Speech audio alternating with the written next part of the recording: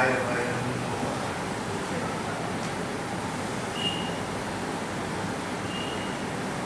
राजा जनक के विभिन्न प्रश्नों का उत्तर नौ योगीश्वर प्रदान कर रहे हैं।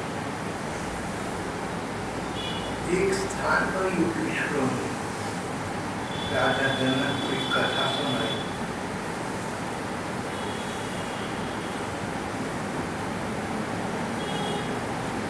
नर और नारायण के रूप में भगवान ने एक अवतार ग्रहण किया। भगवान अवतार ग्रहण करके किसी लक्ष्य की पूर्ति के लिए, किसी उद्देश्य की पूर्ति के लिए भगवान अवतार लिया करते हैं। यहाँ पर उन्होंने नर नारायण के रूप में अवतार ग्रहण किया। भाव था लोगों को तपस्या के द्वारा, तपस्या करके तपस्या का लाभ बताना। तब तपस्या ही जीवन।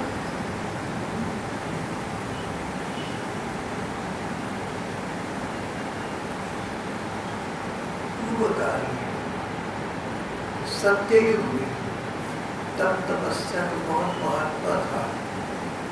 महत्व तो आज भी, पर कलयुग के जीवों के लिए तपस्यारत रहना कठिन कार्य है।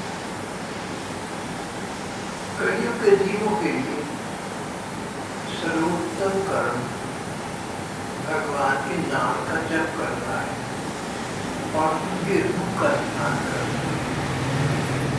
ये कथा सत्ययुग की है। सृष्टि का आरंभ हुआ था।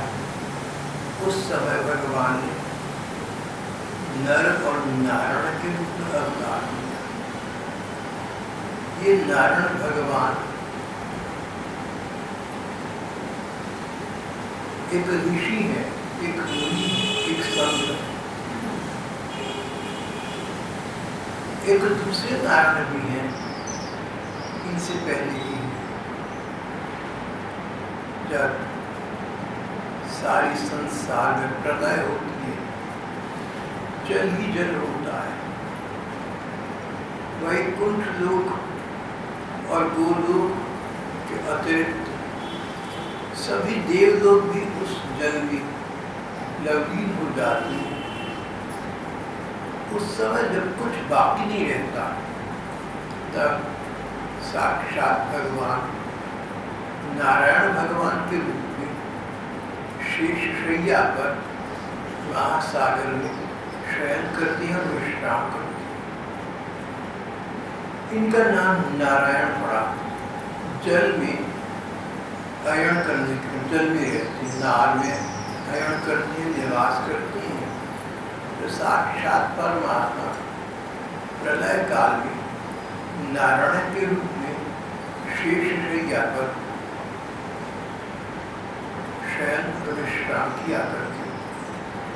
ये भगवान, ये नारायण भगवान अनंत है, आदि अंत विहीन है, तो परमात्मा है। यहाँ इस कथा में इन भगवान नारायण की बात नहीं हो रही। ये नारायण भगवान विष्णु रूप में वैकुंठ में रहते हैं। वहाँ लक्ष्मी जी इनकी पत्नी के रूप में रहती हैं। इस कथा में इन भगवान नारायण की चर्चा नहीं हो रही। यहाँ तो इन्हीं भगवान का एक अवतार हुआ, दो रूपों में अवतार हुआ। एक का नाम हुआ नर, दूसरे का नाम हुआ नारायण। ये दोनों ऋषि थे, तपस्या करते रहते थे। नर नारायण के रूप में भगवान ने अवतार लिया। इस प्रकार उन्होंने भगवत आराधन के कर्म का उपदेश दिया। इस अवतार के द्वारा भगवान का उद्देश्य था, नर नारायण का लक्ष्य था लोगों को भगवत आराधन, ठाकुर जी की ओर लगाना। तब तपस्या के द्वारा या किसी अन्य अनुष्ठान के द्वारा व्यक्ति मात्र को अपना तन, अपना मन भगवान के पूजन में, भगवान के भजन में, भगवान के स्मरण में लगाना चाहिए। अपने उदाहरण के द्वारा नर नारायण ने मानव जाति को उपदेश देना चाहा। जितने भी सिद्धांत हैं उपदेशात्मक रहे तो उनका पूरा प्रभाव नहीं पड़ता। विशेषतः भगवान के मार्ग में तो उपदेशात्मक न होकर क्रियात्मक होना चाहिए, करके दिखा। नर नारायण ने तपस्या करके अपने तन मन पर संयम रखकर परमात्मा चिंतन करके परमात्मा को प्राप्त कर दिया। बात उन्होंने अपने उदाहरण से स्थापित करी, स्वयं करके दिखाया। तपस्यारत रहती थी, परमात्मा चिंतन में लगे। परिणाम ये कि संसार के साधारण धर्मों से ऊंचे उठ गए थे, शरीर के साधारण धर्मों से ऊंचे उठ गए थे। रहते तो संसार में थे, रहते तो शरीर में थे, पर शरीर और संसार का उनके मन पर कोई प्रभाव नहीं।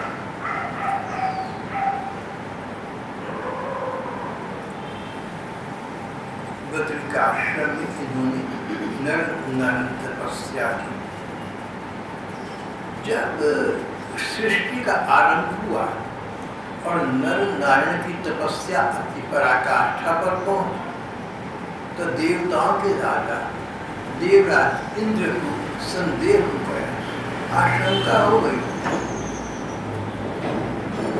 जो व्यक्ति कहीं पर पूर्ण सफलता प्राप्त करता है तब तपस्या में यज्ञों में, उसको अंततः अपने पुण्यों के फल स्वरूप स्वर्ग में देवताओं के राजा देवराज इंद्र के पद पर स्थान मिल जाता है।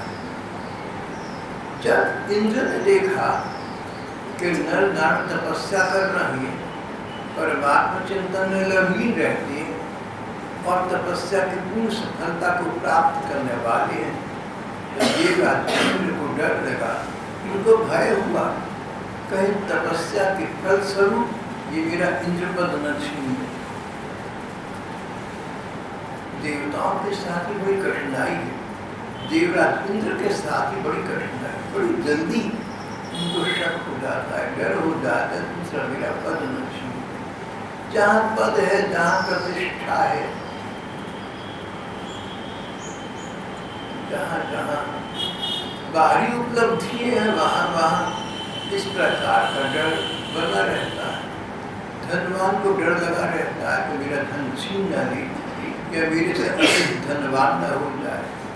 बलवान को डर लगा रहता है कि मुझे पराजित न कर दी, मेरे से बड़ा बलवान न हो जाए। जहाँ उपाधियाँ हैं, जहाँ बाह्य उपलब्धि है, जहाँ संसार की दृष्टि से कोई प्राप्त वस्तुएं हैं, उन बाह्य वस्तुओं के छिन जाने का या उनसे बड़ी वस्तु किसी अन्य को प्राप्त हो जाने का, ये तो विचार ही विकार मान स्वभाव के लिए।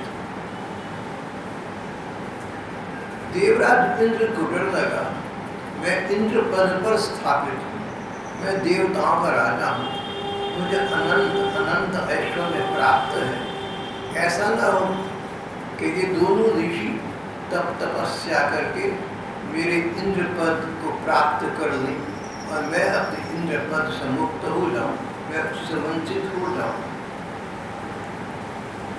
देवराज इंद्र ने व्यक्ति जैसा होता है स्वयं प्राय वैसा दूसरों को समझता है, सोचा अभी अभी इससे पहले कि दोनों ऋषियों की तपस्या पूर्ण सफलता को प्राप्त करे, मैं उसमें कोई बाधा डाल देता हूँ। जो लोग आज भी साधन करते हैं, साधना करते हैं, भगवत प्राप्ति के प्रयत्न करते हैं, देखा गया है कि उनके जीवन में विघ्न आ जाते हैं, विचित्र विघ्न आ जाते हैं। हमारे शरीर के अंगों के जो देवता है वो विघ्न डालते हैं।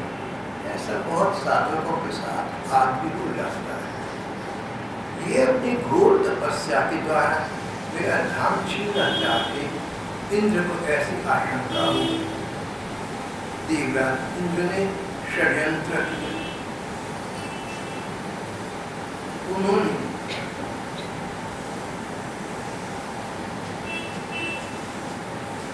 वसंत आदि अच्छी ऋतुओं के साथ मलयाली के साथ सुंदर वायु, त्रिविध वायु के संचार के साथ कामदेव को ऋषियों का तपस्या भंग करने के लिए भेजा। कामदेव को ये अभिमान था कि मैं बड़े बड़े देवताओं को, बड़े बड़े ऋषि मुनियों को किसी न किसी प्रकार उनके पद से च्युत कर सकता हूँ, उनका तपस्या में पतन कर सकता हूँ। ऐसा हुआ था। बड़े बड़े लोग बड़ी बड़ी उपलब्धियां प्राप्त कर, पर किसी अप्सरा के सामने नतमस्तक हो गए, पतित हो गए, सब भूल गए। ऐसा हो चुका था। कामदेव को यह अहंकार था कि जो दोनों ऋषि तपस्या कर रहे हैं, मैं ऐसी स्थिति उत्पन्न कर दूंगा कि इनके मन में लौकिक सुख की कामना जाग जाए, सांसारिक सुख की कामना जाग जाए। वे अनेक अप्सराओं को लेकर वहां जाएंगे और इस प्रकार उन दोनों मुनियों के मन को विचलित कर देंगे। देवराज इंद्र ने कामदेव का आश्रय लिया।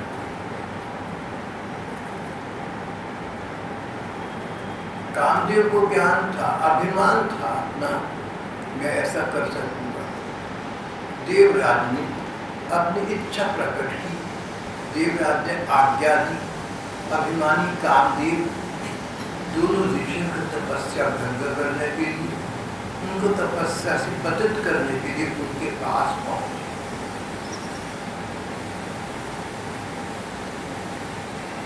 बात ये थी कि कामदेव को अब तक ऐसे ऐसे ऋषि मुनि मिले थे, ऐसे ऐसे महान विभूतियां मिली थी, तब तपस्वी मिले थे जो इनके आकर्षण के द्वारा मुक्त हो गए, मोहित हो गए, पतन हो गया।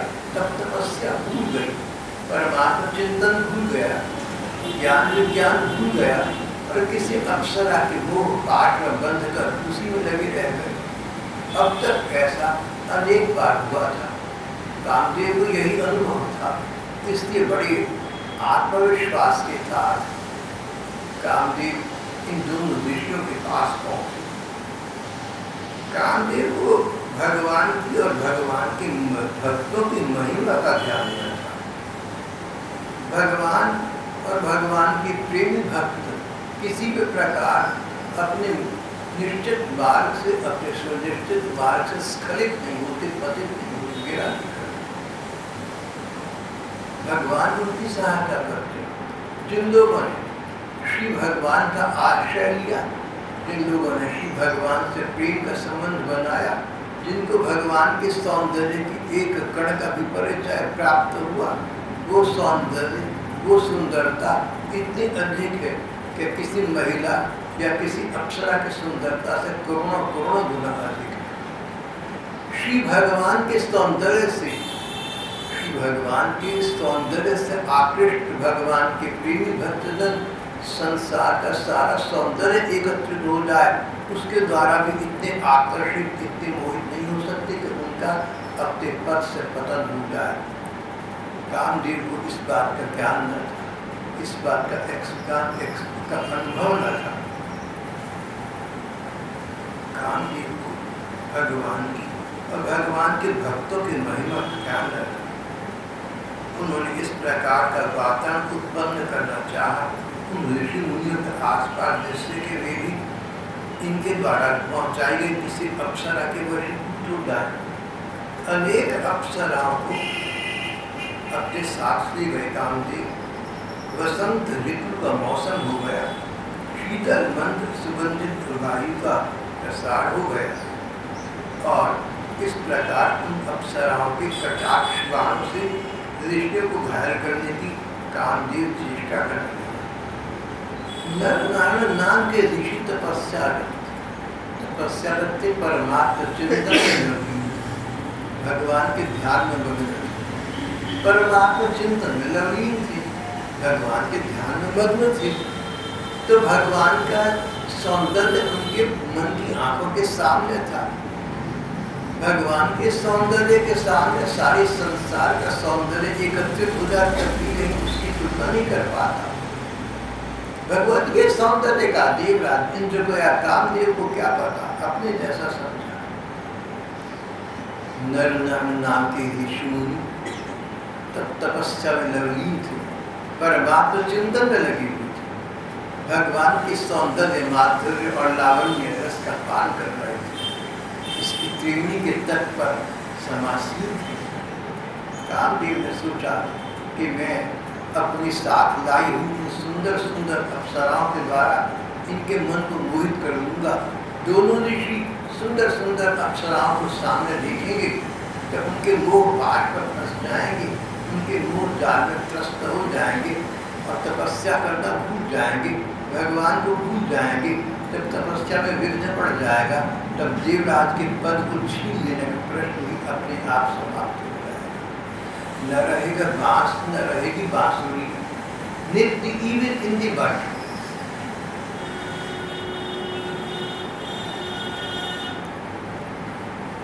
किसी मंत्र को छोटा न समझो, छोटा सा मंत्र बहुत बड़ी शक्ति रखता है, किसी का नाश विनाश कर सकता है। कभी रोग को छोटा न समझो, थोड़ा सा रोग हो तो अभी उसका उपचार कर लो, शांत हो जाएगा, बाद में न जाने कितना भयानक रूप ग्रहण करो। किसी दीवार के मध्य छोटा सा कोई अंकुर रह जाए, क्या पता कब वो अंकुरित होकर दीवार को तोड़ दे, क्रैक कर दे। कई चीजें छोटी छोटी हैं लेकिन बड़ा महत्व रखती है। तो देवराज इंद्र का भेजा कामदेव सोच रहा था कि मैं अपने साथ अप्सराओं को ले जाऊंगा, अप्सराओं के तनिक से सौंदर्य से विचलित हो जाएंगे, अप्सराओं के वो पाठ में फंस जाएंगे, उनके साथ रहना आरंभ कर देंगे, तब तपस्या को भूल जाएंगे। वही इस प्रकार देवराज इंद्र का पद सुनिश्चित बता रहेगा।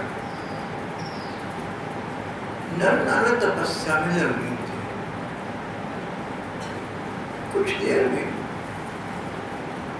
वातावरण के अनुसार उनका ध्यान कामदेव की इस कुचेष्टा पर गया, इस प्रयत्न पर गया कि ये कामदेव नर और नारी को उनकी तपस्या से मुक्त करना चाहता है, उसमें विघ्न डालना चाहता है।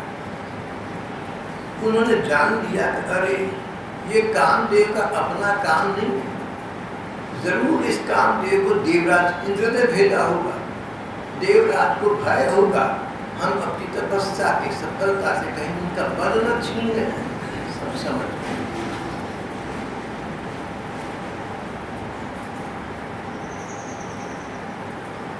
जब नर आंखें खोली,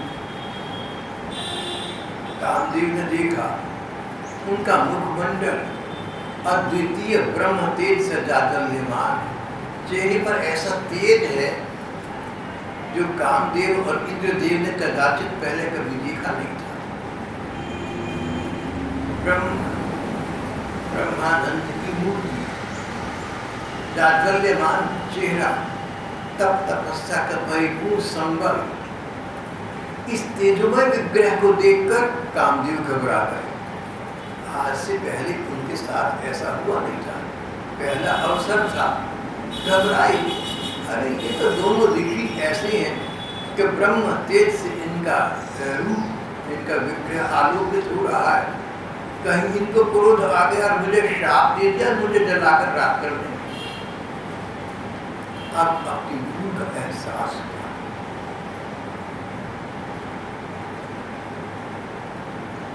घबराए हुए कामदेव दोनों ऋषियों के सामने आए, बहुत डरे हुए थे। आज पहली बार इस प्रकार का अनुभव हुआ था। घबराए डरे हुए जब उनके समक्ष आए, उनकी नयनों के सामने आए तो आश्चर्य हुआ। उन्हें दोनों ऋषियों को कोई क्रोध नहीं आया। कामदेव हमारी तपस्या में विघ्न डालना चाहता है, इसका इतना दुस्साहस, ये क्रोध नहीं आया। न उनको अपनी तपस्या का अभिमान जाना, अरे हम तो तपस्या के बल से, हम तो तपोबल से इसको शाप देकर नष्ट कर सकते हैं, ये भी नहीं आया। नर नारायण के चेहरे पर न तो क्रोध था न अभिमान था, यहाँ तक कि उनके मुद्रा में आश्चर्य भी नहीं था। उनको आश्चर्य हुआ हो ऐसा भी नहीं था। वो नितांत सामान्य स्थिति में रहे, बने रहे, बिल्कुल नॉर्मल रहे। और जब उन्होंने घबराए हुए कामदेव को सामने देखा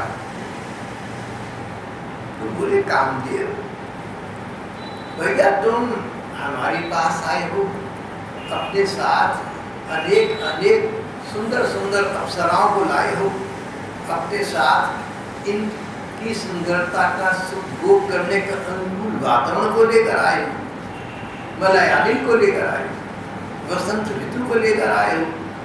तुम्हारा स्वागत, भले आई, बहुत अच्छा किया तुम आ गए। हम तो साधु संत ऋषि मुनि यहाँ पड़े रहते हैं, हमारे पास कौन अतिथि आता है। आज तुम लोगों ने अतिथि सत्कार का मुझे अवसर दिया है। कामदेव तुम्हारा स्वागत है, आओ यहाँ मेरे पास आओ, हमारे पास विराजो।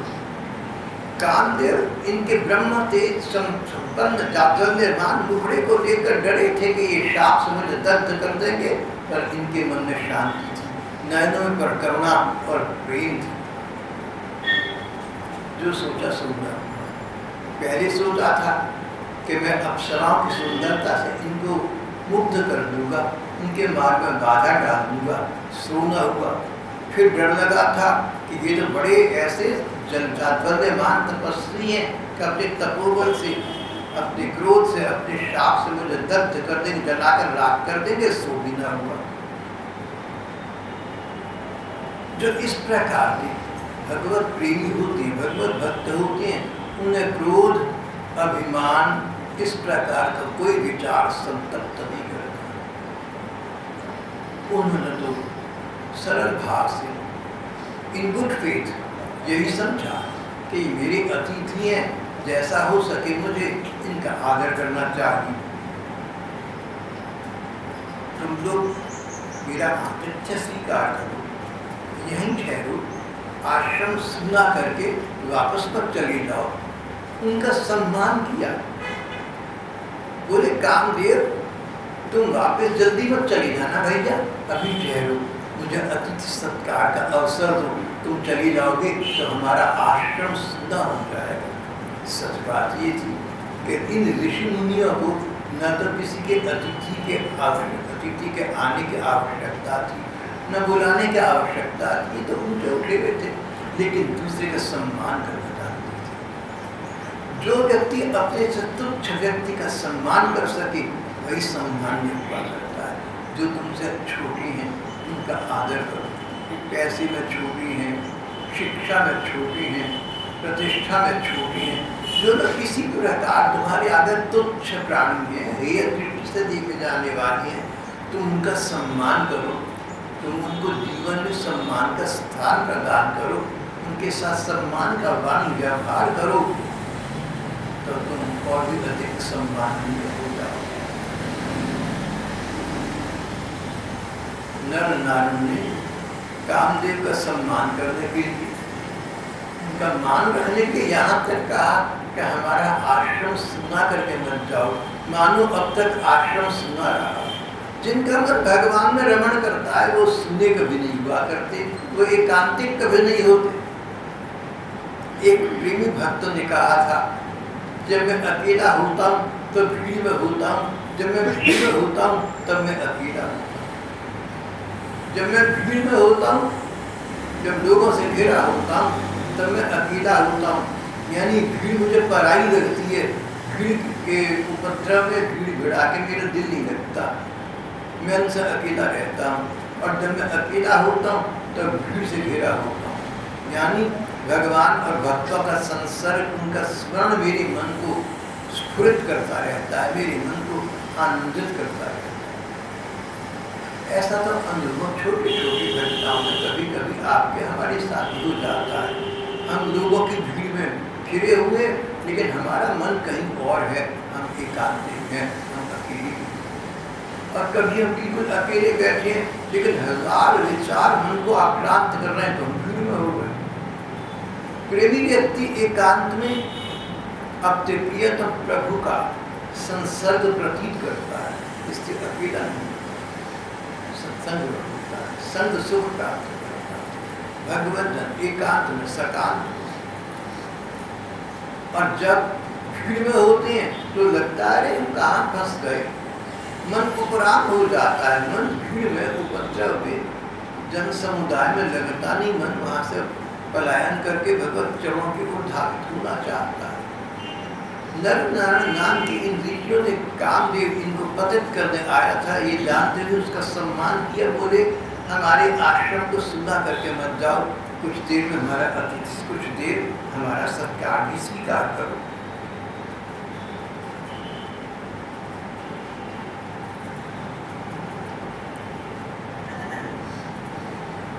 जैसे कोई बड़ा आदमी किसी छोटे आदमी के घर जाए और उसके घर जाकर उसका किया गया सम्मान सत्कार स्वीकार करे तो छोटे को सुख मिलता है, बड़े का बड़प्पन किसी बात के है।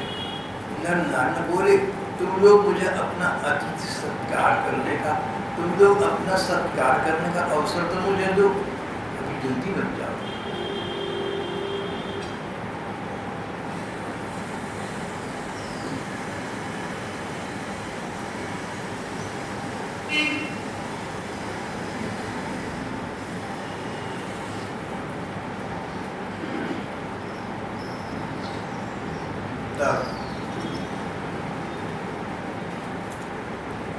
नर नारायण नाम के ऋषियों ने अपनी योग माया से, अपने तपस्या के बल से, अपने तपोबल से, अपने योग बल से उनके सामने जिस प्रकार की स्वर्ग से सुंदर सुंदर अप्सराएं लाए थे, उनसे करोड़ गुना अधिक अप्सराएं अनंत संख्या में प्रकट कर दी। कामदेव स्वर्ग से सुंदर सुंदर अप्सराओं को लेकर आए। इन सुंदर सुंदर अप्सराओं से करोड़ गुनी अधिक सुंदर अप्सराएं इन ऋषि मुनि ने अपने तपोबल से वही प्रकट कर, मनोबल से प्रकट कर, और कहा कि देखो ये अप्सराएं तुम्हारी हैं। अद्भुत रूप लावण्य से संपन्न, विचित्र वस्त्र और अलंकारों से सुसज्जित,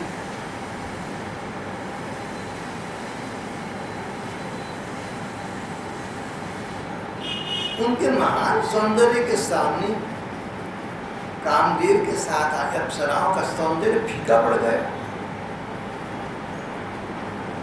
उनका सिर झुक गया।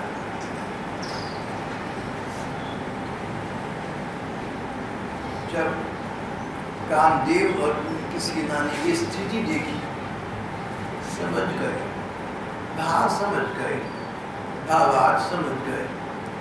जो भगवत प्रेमी भगवत प्रेम के सागर में अयण करती हैं, उनको संसार का बड़े से बड़ा सौंदर्य आकृष्ट नहीं कर सकता, क्योंकि भगवान के सौंदर्य की झलक उन्हें प्राप्त हो चुकी और भगवत सौंदर्य कहीं अधिक बड़ा है, कहीं अधिक है, समझ गए। ऋषि मुनियों के पास अप्सराओं को लेकर आई थी, देखा इनके पास तो अगर ये चाहें तो इन जो हमारी अप्सराओं के सौंदर्य से कहीं अधिक सुंदर सुंदर अप्सराएं हैं, हमारी अप्सराएं इनके मन को क्या मोहित करेंगे। ये लोग योग बल से संपन्न हैं, इनके पास भगवत प्रेम का अतुल सौंदर्य है। समझ गए, तत्व को समझ गए, वस्तु तत्व की बारीकी को समझ गए। भला इनके मन में किसी प्रकार का संसार के प्रति आकर्षण कैसे उद्दीप्त हो सकता है। कामदेव समझ गए, अपनी भूल समझ गए, अपनी भूल को स्वीकारा उन्होंने। तुमसे कोई भूल हो जाए और भूल का एहसास हो जाए तो भूल को स्वीकार कर लेना, तुम्हारी भूल का दोष समाप्त हो जाएगा, और जिसके सामने स्वीकार हो उसके आगे तुम्हारी आत्मा महान हो जाएगी। अब कामदेव ने नर नारायण से कहा, भगवान आपकी ये लीला किसी प्रकार के आश्चर्य की बात नहीं।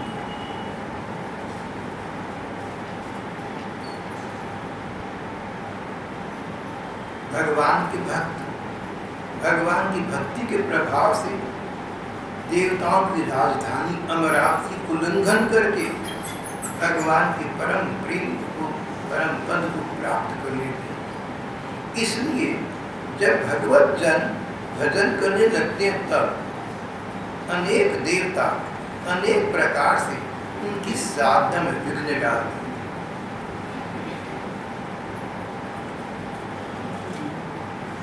जो लोग कर्म कांड में लगे रहते हैं, देवताओं को बलि के रूप में उनका भाग देते हैं, उन लोगों के मार्ग में ये देवता किसी प्रकार का विघ्न नहीं डालते। जो लोग इस प्रकार के कर्म कांड करते हैं, यज्ञ आदि हवन यजन करते हैं जिनमें देवताओं को भाग मिलता है, उनके इस प्रकार के अनुष्ठान में देवता लोग विघ्न नहीं डालते क्योंकि उनको हिस्सा मिल रहा है।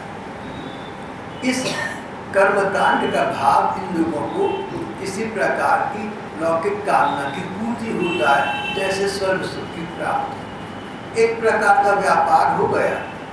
अनुष्ठान कर्ता ने देवताओं को भाग प्रदान किया, देवताओं ने निर्विघ्न उनको आगे बढ़ने के लिए बस प्रशस्त कर दिया, जो कामना चाहती थी उसकी पूर्ति कर दी। हमारे वेदों का 80% भाग कर्मकांड है। जब एक बार मैंने ये बात यहाँ की सत्संग में कही तो कईयों को अच्छा नहीं लगा। उन्होंने कहा ऐसा तो नहीं है, लेकिन बाद में कल्याण का वेदांत प्रकाशित हुआ जिसमें स्पष्ट छपा हुआ था।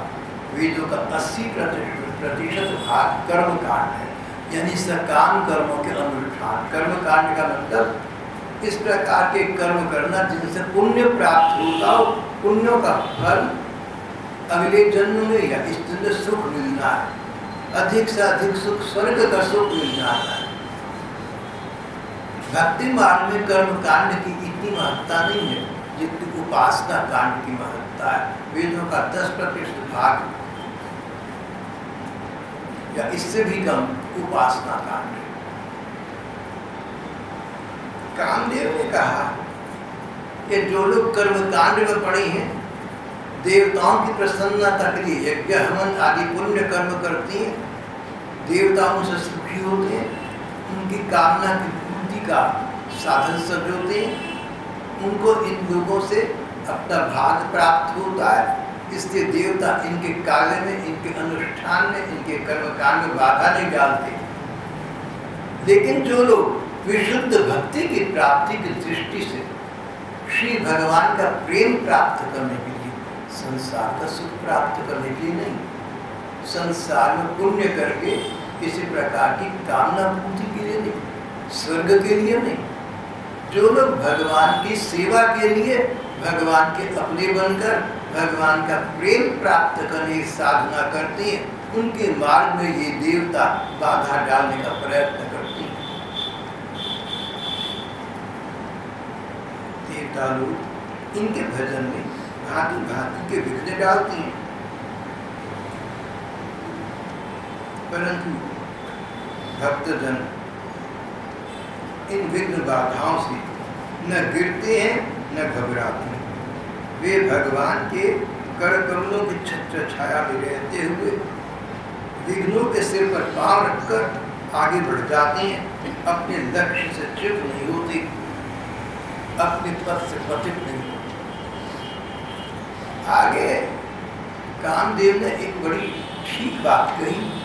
कामदेवता ने कहा, ऐसे लोग तो बहुत हैं जो भूख प्यास के वेग को सहन कर लेते हैं, ऐसे भी लोग हैं जो गर्मी सर्दी के प्रकोप को सहन कर लेते हैं, आंधी पानी के कष्टों को सहन कर लेते हैं, ऐसे भी लोग हैं जो जुहा की दुर्लभता त्याग कर संयममय जीवन बिता देते हैं, इस प्रकार के भी लोग हैं जो काम लोभ मोह इत्यादि के वेग को सहन कर लेते हैं। परंतु एक आवेग को सहन करना बड़े बड़ों के वश में नहीं होता, वो क्रोध का आवेग है। बड़े बड़े त्यागी तपस्वी क्रोध के वश में हो जाती है और क्रोध के वश में होकर अपनी कठिन तपस्या को खो बैठती है। नर नारायण के कहने का भाव स्पष्ट है, दोबारा कहूँगा। कामदेव के ये कहने का भाव स्पष्ट है। नर नारायण ने सब प्रकार की लौकिकताओं पर सफलता प्राप्त कर ली, अन्य लोग भी कर लेते हैं, लेकिन इन्हीं नर नारायण ने जो सफलता वास्तविक प्राप्त की वो ये कि इनकी तपस्या और साधना विघ्न डालने के लिए जब कामदेव आए तो इनको क्रोध भी नहीं आया, प्रत्युत उनका स्वागत किया। आओ आओ, तुम्हारा स्वागत है, सत्कार स्वीकार करो, मेरी इस कुटिया को, हमारे इस आश्रम को सुंदर करना, जाओ भैया, उनका सम्मान किया। कामदेव का ये अपना अभी का अनुभव था, क्रोध आना तो दूर रहा, इनका सम्मान किया। तब कामदेव ने ऋषि मुनियों से कहा कि अन्य विकारों पर विजय प्राप्त कर लेना तो थोड़े बहुत लोग कर लीजिए, लेकिन क्रोध पर विजय नहीं पा सकते। आप लोगों से क्रोध पर विजय प्राप्त कर, आप जानते थे कि मैं आपकी तपस्या में विघ्न डालने आया, लेकिन आपको क्रोध नहीं आया, उल्टा आपने हमारा सम्मान करा, हमारा सत्कार करा। इस प्रकार क्रोध के वश में हो जाने वाले ऋषि मुनि अपनी कठिन तपस्या को खो बैठते। बहुत जगह हमारे धर्म ग्रंथ पढ़कर, पुराण पढ़कर बड़े बड़े विद्वानों ने एक शंका की। शंका ये कि बड़े बड़े ऋषि मुनि भी क्रोध में भरकर श्राप दे देते हैं। आप तो ठीक है, बड़े बड़े ऋषि मुनि श्राप दिए हैं, पर अगर ऋषि मुनि तप करते हैं तो अपने तपोधन का प्रयोग श्राप के रूप में करते हैं तो क्या होता है? कठिन तपस्या को खो बैठते, तपोधन समाप्त हो जाता है। जैसे बैंक में आपके पैसे हों और आप निकलवा ली तो आपका खाता खाली हो गया। इसी प्रकार तप से जो धन अर्जित किया ऋषि मुनियों ने, अगर उस तपोधन को श्राप के लिए उन्होंने लगा दिया तो श्राप में तो तपोधन लग गया पर धन समाप्त हो गया, अब बैंक बैलेंस ले। बहुत ग्रंथों में लिखा रहता है कि श्राप दिया और ऋषि मुनि दोबारा तपस्या करने चली गई, क्योंकि अब तक तल का बैंक बैलेंस इन्होंने कर दिया। यही बात यहाँ पर कह रही है। अपनी कठिन तपस्या को इस प्रकार में खो बैठते। ऐसा कहकर कामदेव ने, वसंत के देवता ने, वायुदेव ने, सबने इन ऋषियों के चरणों में नतमस्तक होकर प्रणाम किया, दंडवत प्रणाम।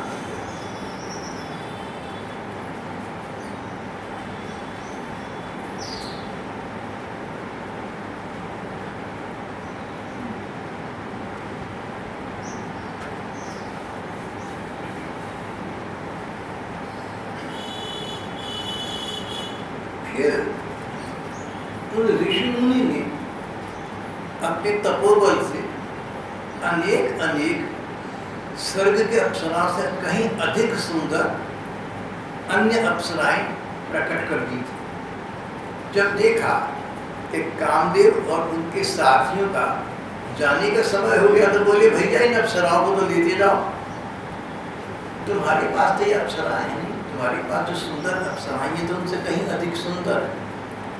तुम तो अपनी स्वर्ग की अप्सराओं के द्वारा आए थे ऋषि मुनियों के मन को आकर्षित करने के लिए, पर उल्टा हो गया। Hunter is hunted and teacher is taught.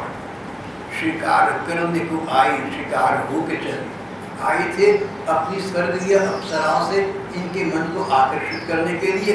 उनसे अधिक स्वर्ग की अप्सराओं से अधिक सुंदर अप्सराएं इन्होंने अपने तपोबल से प्रकट कर दी। बोले इनको ले जाओ, तुम्हें अप्सराओं की सुंदरता चाहिए ना, तुम्हारी साथ आई सुंदर अप्सराएं तो इतनी सुंदर है नहीं, तुम्हें सुंदरता चाहिए, अप्सरा चाहिए, ले जाओ, तो बहुत हमारे पास, हम जितनी चाहे प्रकट कर दें।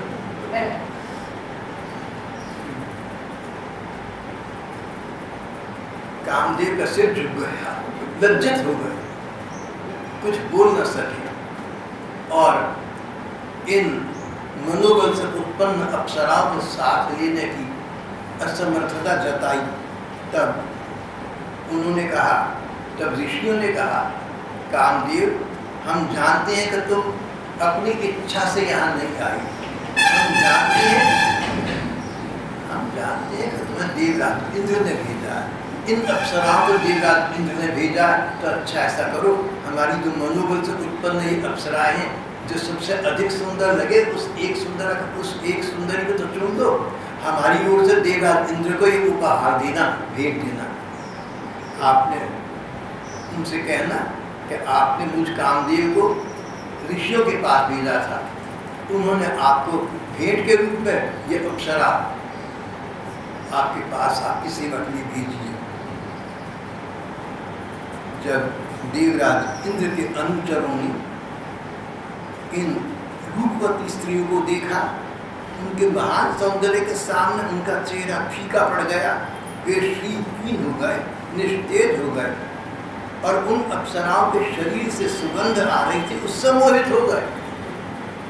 जो स्वर्ग से अप्सराएं आई थी, उनके अंग अंग के सौंदर्य से मोहित करना इनका काम था, इनका लक्ष्य था, इसलिए आई थी। स्वर्ग से आई अप्सराओं के अंगों को देखकर ये देखते रह जाएंगे, चकित रह जाएंगे, पर जो अप्सराएं इन्होंने अपने मनोबल से प्रकट की, जब इनको सामने देखा, इनके श्री विग्रह से, इनके शरीर से इस प्रकार की महक आ रही थी, इस प्रकार की सुगंध आ रही थी, जिसके सामने ये नतमस्तक हो गए।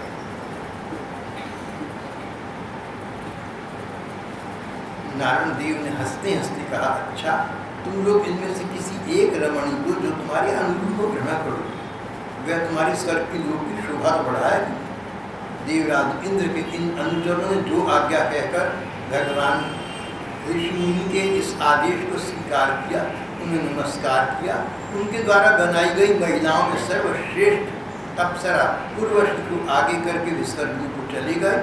वहाँ जाकर उन्होंने देवराज इंद्र को नमस्कार किया। भरी सभा में देवताओं के सामने नर नारायण के बल और तपस्या के प्रभाव का वर्णन किया, और ये अप्सरा उर्वशी उनकी ओर से इन्हें अर्पण की। देवराज चकित रह गए, कुछ देर को भयभीत हुए कि जिन ऋषियों का इतना प्रभाव है, कहीं मुझ पर क्रोध न कर बैठी। पर जब पूरी बात सुनी, उन्होंने कामदेव को भी क्रोध नहीं किया था, मन शांत हो गया।